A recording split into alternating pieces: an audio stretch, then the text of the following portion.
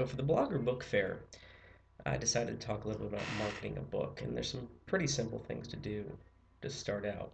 Chief among those is identify your book, identify what genre it is, the potential audience, and also what you're comfortable doing, because this will come to define the method with which you market your book. The most important thing to look at when considering your book is what is it similar to, not necessarily what titles, but what best-selling trends out there does it fit best with. For instance, my book Bitten is a supernatural horror book that is similar to a lot of things out there, X-Files, things that Jim Butcher writes, and just a variety of other supernatural type of horror books. Not any one of them in particular, but enough like some of them that I can use that to market the book effectively. When you first start building your plan, you want to think about it like a series of concentric circles. So you want to start out local. What access to media do you have locally? What kind of magazines, newspapers, publications, radio stations, things like that, that you can form a relationship with, and then use that relationship to market it to people locally. And each of these stages can be done in a series of weeks or months or years or however you want to do it. The important part is to put them together in such a way that they make sense. So if you're going to start locally, contact your magazines, the arts and culture section, the newspapers. I'm sure there's a local radio station, maybe not necessarily one that carries a PBS books type show, but that might be a general audience radio station, and then craft a edited and well prepared template email to send to them that highlights why it's newsworthy. And this kind of goes for any marketing materials you send out, especially press releases.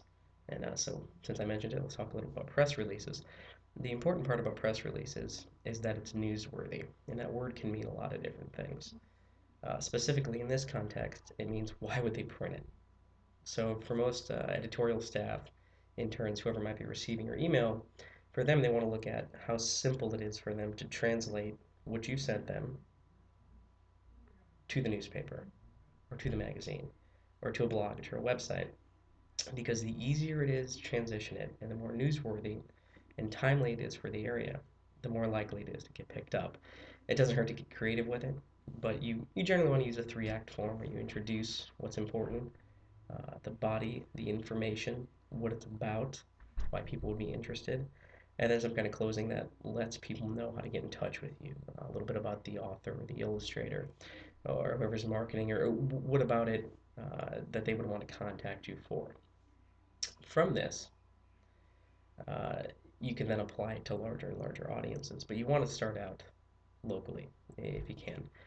Uh, and the important part about that, and I keep using the word important, but it is so valuable to put them all together around the same time so that way you can generate buzz, which is difficult in the digital age because we live in a fishbowl.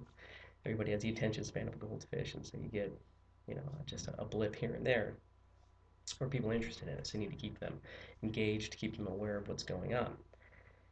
From that, you would then want to go regionally, statewide, national, international, and you can apply those same kind of templates, but changing the information such that it fits each of those markets as they get bigger.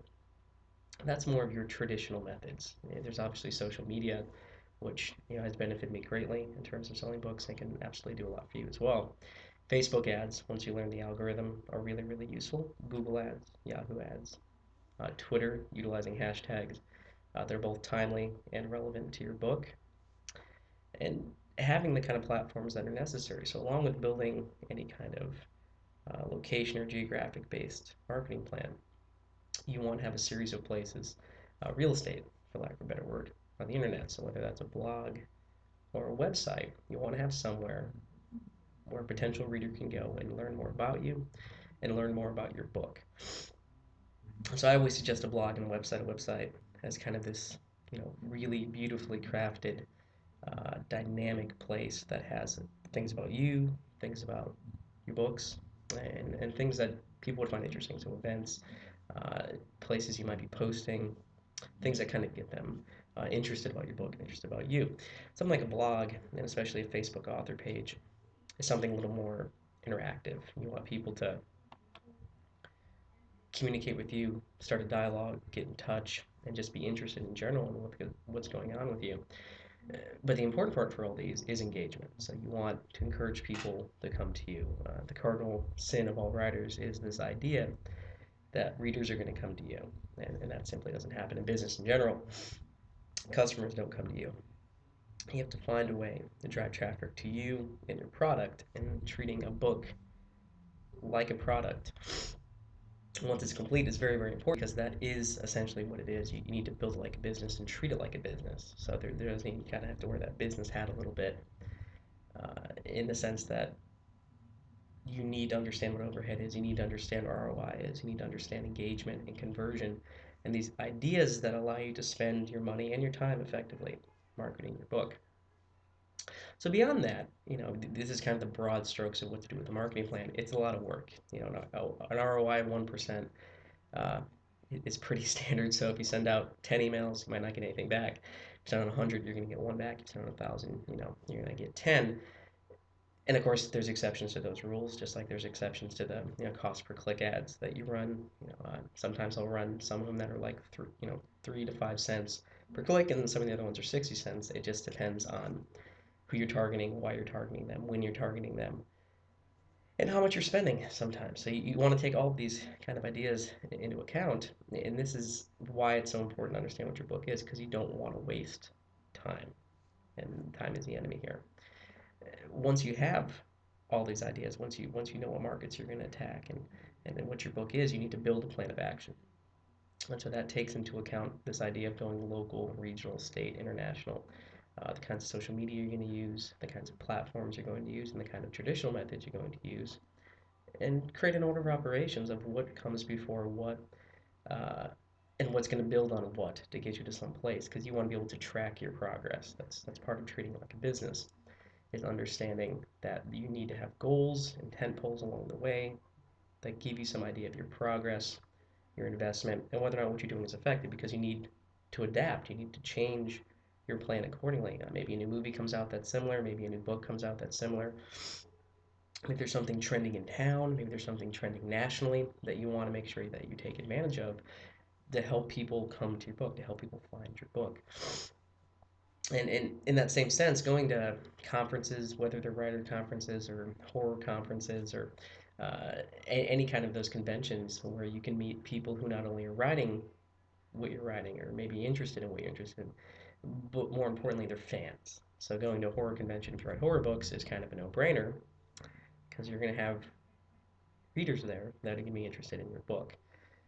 Uh, Anything beyond that is going to come down to the minutia of what your book is, what you're comfortable. Radio interviews are great, and so are in-person readings.